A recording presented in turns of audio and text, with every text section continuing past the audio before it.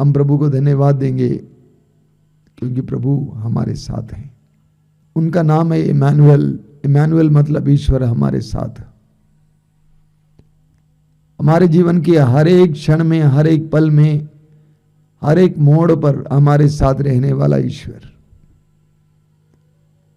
हर समय महसूस कीजिए, आप जहां कहीं भी जाएं, कुछ भी करें, यह महसूस करना कि प्रभु मेरे साथ है। यह आपकी शक्ति है,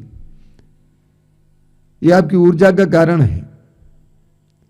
आप पढ़ेंगे निर्गमन ग्रंथ के अध्याय 33 में, मूसा ने प्रभु से कहा कि प्रभु यदि तू हमारे साथ ना चले तो हमें आगे जाने का आदेश ना दे। यानी यदि तेरा सानिध्य हमारे साथ ना हो, तेरी उपस्थिति हमारे साथ ना हो, तो हम आगे जाना नहीं चाहेंगे।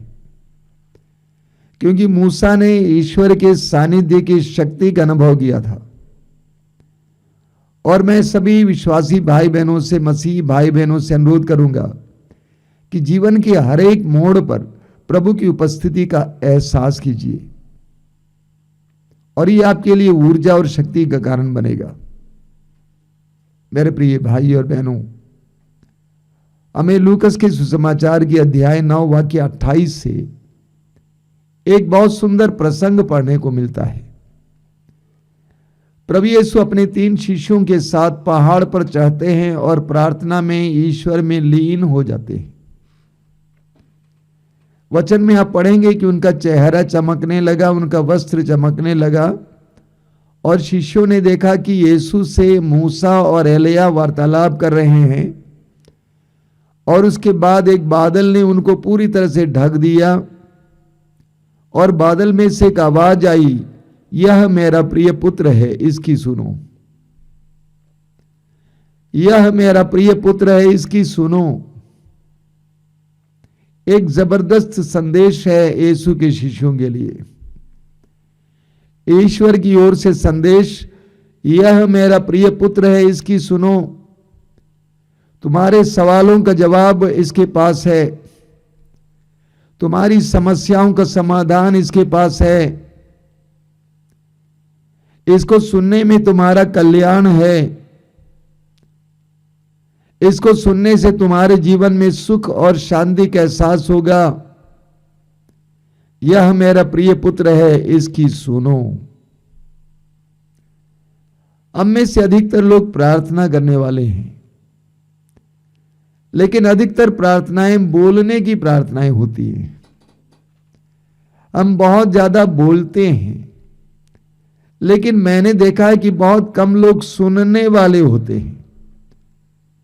लूकस के अध्याय 10 में हम पढ़ेंगे मरियम के बारे में, मार्था की बहन मरियम के बारे में, जो यीशु के चरणों पर बैठकर उनको सुन रही थी।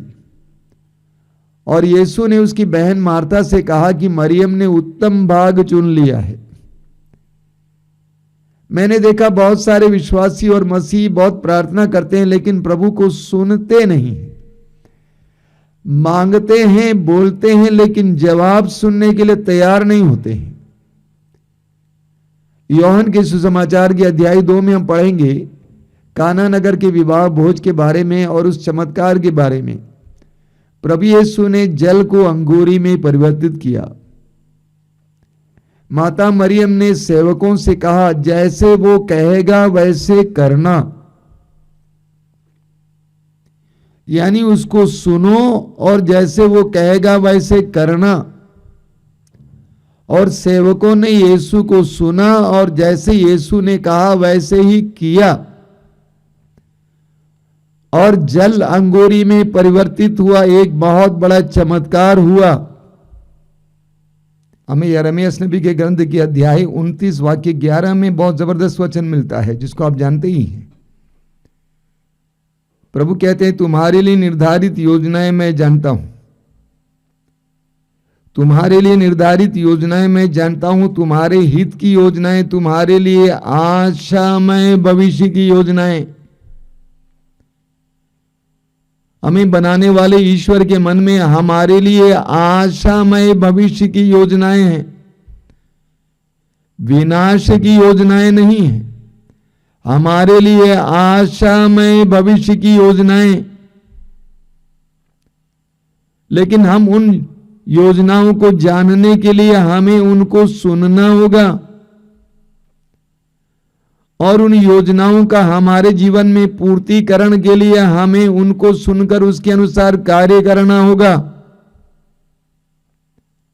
हमारे बनारस में एक परिवार को मैं जानता हूं, विश्वासी परिवार है।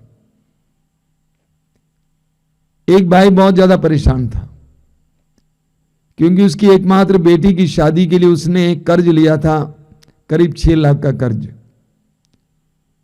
उसको भरने के लिए वे सक्षम नहीं थे। इसलिए उन्होंने क्या किया कि जो जमीन, जो घर उसके सड़क के किनारे है, अच्छे दाम पर बेच दिया। मैंने कहा ठीक, अच्छी बात है। और सड़क से कुछ दूर गांव में जमीन ले लिया। जमीन लेने के बाद मैं बराबर उनको बोला करता था कि कर्ज लेना नहीं, जो पैसा है उस पैसे से छोटा सा घर बनाना, लेकिन धंधे पर पैसा लगाना।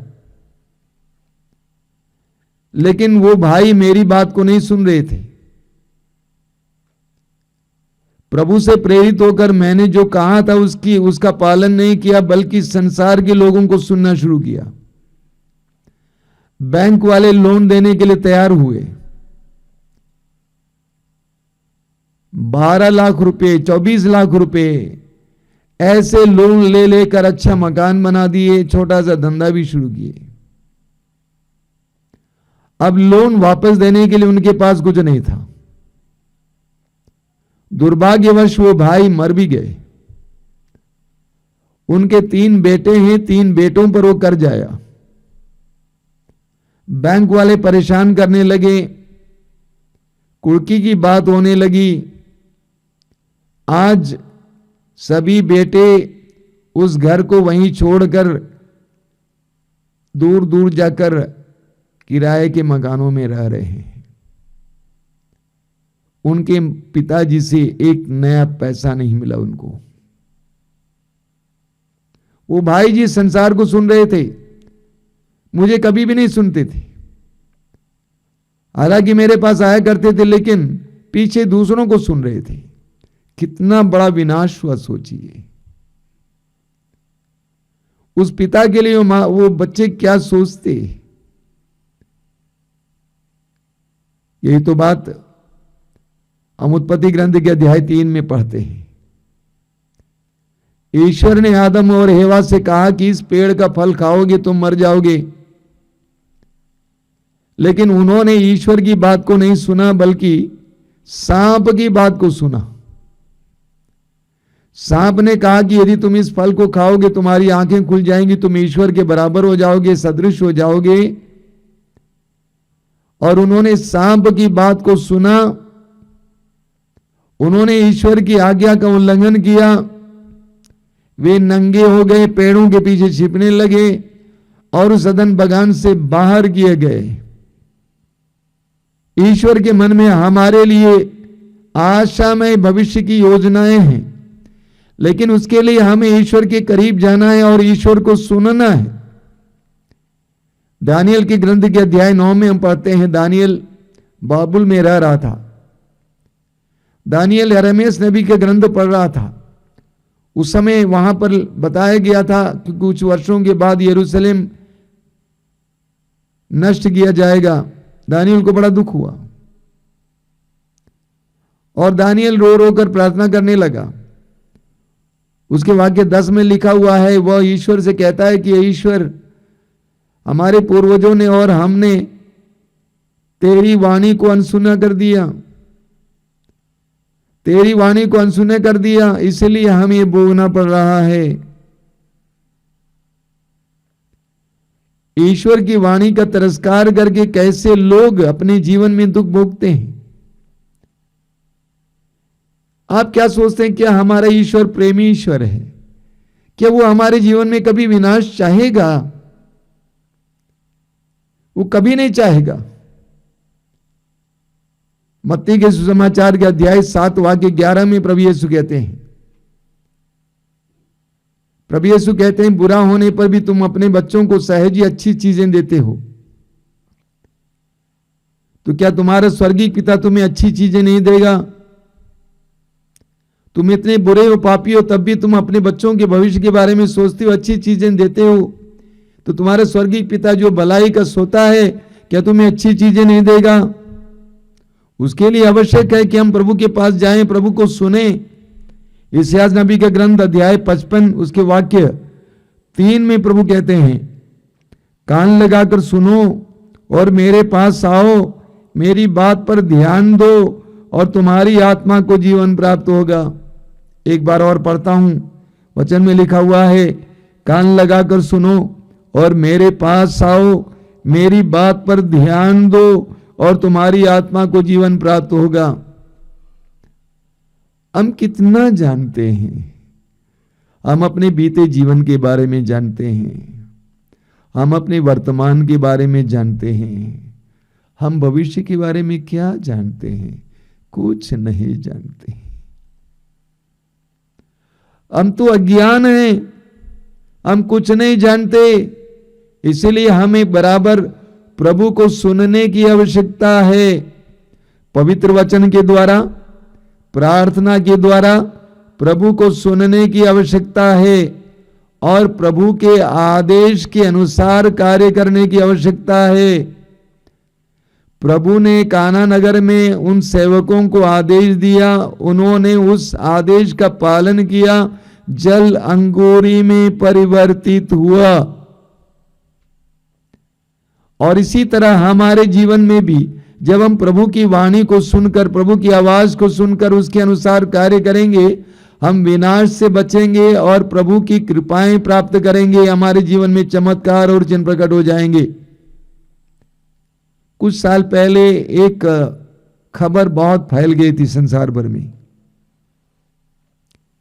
एक हवाई जहाज के पायलट के बारे में और हवाई जहाज के बारे में। वो समय था चारों ओर सुनामी चल रही थी। एक हवाई जहाज इंडोनेशिया के एक हवाई अड्डे पर उतर रहा था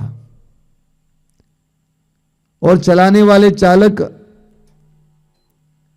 यानी पायलट को प्रेरणा मिली कि तुरंत उड़ान भरना है। हवाई अड्डे पर हवाई जहाज उतर गया, उनको प्रेरणा मिली कि तुरंत उड़ान भरना है। उन्होंने कंट्रोल रूम को संपर्क किया और कहा कि तुरंत हमें उड़ान भरना है, जल्दी तैयारी कीजिए। कंट्रोल रूम से लोगों ने कहा कि कम से कम 30-40 मिनट लगेंगे, सफाई करनी है, सुरक्षा के बारे में देखना है और यात्रियों को आना है।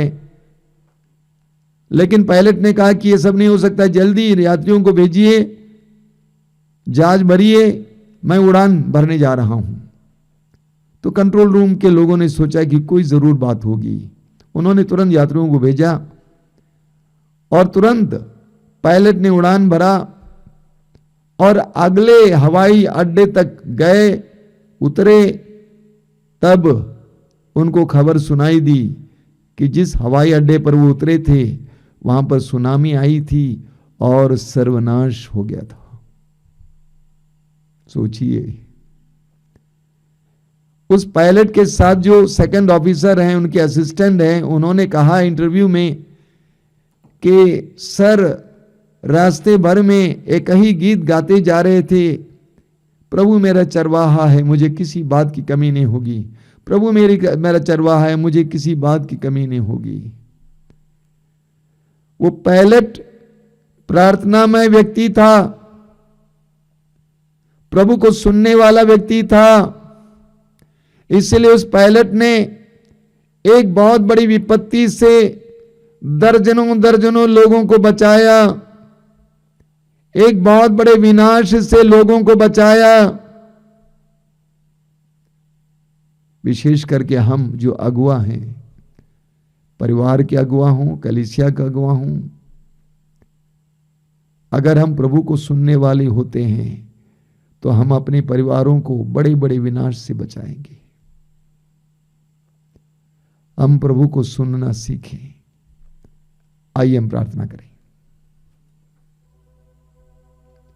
प्रभु यीशु, धन्यवाद देते हैं आज के सुंदर दिन के लिए, धन्यवाद देते हैं तेरे एक एक वचन के लिए। एक एक वचन के द्वारा तू हमारी बुद्धि को खोल रहा है। तेरे वचन में लिखा हुआ है, तुम्हारी निर्धारित योजनाएं मैं जानता हूं, तुम्हारे हित की योजनाएं अहित की नहीं, तुम्हारे लिए आशामय भविष्य की योजनाएं। हमें बनाने वाले ईश्वर के मन में हमारे लिए योजनाएं हम विश्वास करते हैं, जानते हैं। उन योजनाओं को जानने के लिए हमें प्रार्थना का सहारा लेने दीजिए, तेरे पवित्र वचनों का सहारा लेने दीजिए, इसके लिए कृपा दीजिए, ताकि हम तेरे इच्छा का पूर्ण करते हुए विनाश से, विपत्ति से बचे रहें। धन्यवाद यीशु, तेरी स्तुति, तेरी आराधना, तेरी महिमा।